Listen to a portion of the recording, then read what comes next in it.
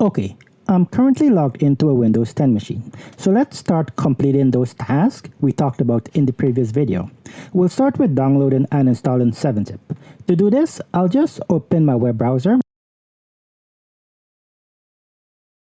and I'll search for 7-zip download.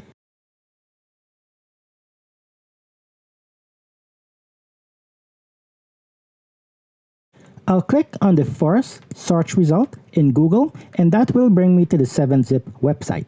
From here, I have many options for many different operating systems, but the one I want is the installation for the 64-bit version of Windows, so I will hit download. Now, 7-zip is fairly small, so the download should not take too long. Once the download is completed, I'll go to my downloads folder and from here I will right click and choose open to run the .exe file. It's going to tell me that the installation wants to make a few changes to my systems and wants my confirmation to allow this. So I'll say yes to begin the installation. Next, a small window comes up with the destination location as to where you want to install 7-zip. You can choose somewhere else if you prefer to have your installation on a different hard drive, but I will accept the default location and I will click install. The installation should be completed fairly quickly. Mine took less than a few seconds, and once it's done, we can close the window. And that's it. We've just completed our first task. On to the next. Moving on, we'll download the OPNSense ISO next. So I'll go back to my web browser and I'll open a new tab and I'll search for OPNSense download. I'll choose the first result and that will bring me to the OPNSense website. Here I have a few options I'm able to change. If I check the system architecture, I only have the option for AMD 64. For the image type, we want the DVD ISO, so I will make that change. And for the mirror location, I'll change it to somewhere closer to where I am, which is US lease web. Once I'm happy with all of my options, I'll click download.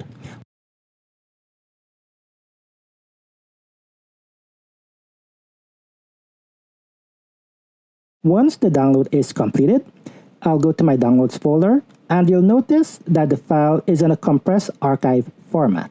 To get the ISO, we'll need to extract the file, and to do that, I'll right click, and because I'm on Windows 11, I don't see the option to use 7-zip for extraction. I do have an extract option here, but that's to use the Windows built-in tool, which I find sometimes doesn't work too well. So I'll click on more options and I'll choose 7-zip and extract here. The extraction should take a few minutes, but once the extraction is completed, you can see and now have my OPNSense file here. So that is another task that we could mark off on our list, and next we'll move on to the next task. Our next task is to download Windows Server 2022. We'll repeat the same process. We'll go back to our web browser, open a new tab, and we'll search for Windows Server 2022 download in our search box. From here, we get a few results. If I click on the first result, it will bring me to a Microsoft evaluation site, and I can continue to download the ISO. Now, clicking here will bring me to a section where I need to fill out a form. Now, I've done this many times. The information you enter in here doesn't really matter as long as you enter the details for all of the fields with an asterisk next to it. And once you're done, you can just click on download and it will download the ISO for you. Now, what you also could do is back in your Google search results, I can click on the result below that, and you can see it brings me to a site where I could just select my download without having to complete a form. Now, at the time of this recording, this worked for me, but if in the future this no longer works, you could always go back to the first result and complete the form to begin the download. For my download, I will choose English, then I will choose ISO downloads for the 64-bit edition. Clicking here will start the download. The download is about 4.7 gigabytes, so this will take a little longer to be completed. What I'll do is I'll skip ahead and I'll resume once the download is completed. Back in my Downloads folder, I'll change the name of my newly downloaded ISO, and I will change it to Windows_Server_2022.iso, just so I can easily identify it when I'm building my virtual machine. Now, with that completed, we've just marked off another task on our list. So let's move on and complete our final task, which is to download the Windows 10 ISO. The final piece of software we want is going to be Windows 10.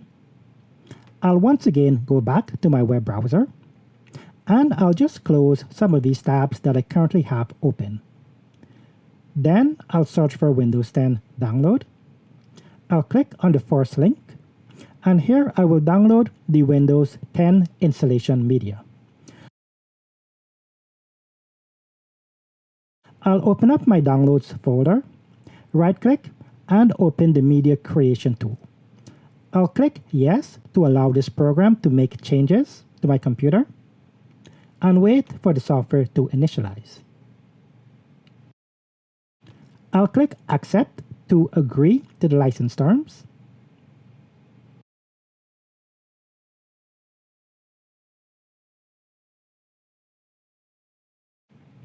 And the first choice we get is to either upgrade this PC now or create an installation media.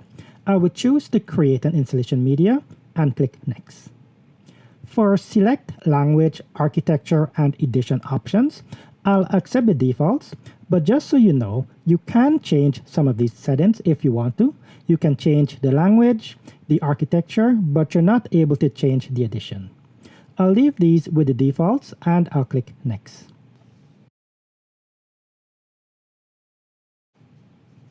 Next, I'll choose ISO file for the kind of media that I want to create and click Next. With the location selection window, I'll navigate to my Downloads folder and I'll name my downloads Windows_10. I'll click Save and wait for the download to be completed.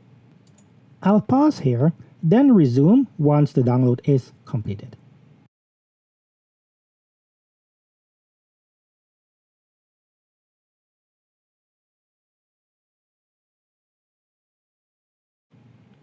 Now that the download is complete, I'll click Finish. And now that's all the software that we need to begin building our labs. In the next set of videos, I will be walking you through how to download each hypervisor and how to get started with creating these labs that we're going to use for our Windows infrastructure. I'll see you then. If you find the information helpful, please feel free to like the video and subscribe to the channel for future videos. Thank you.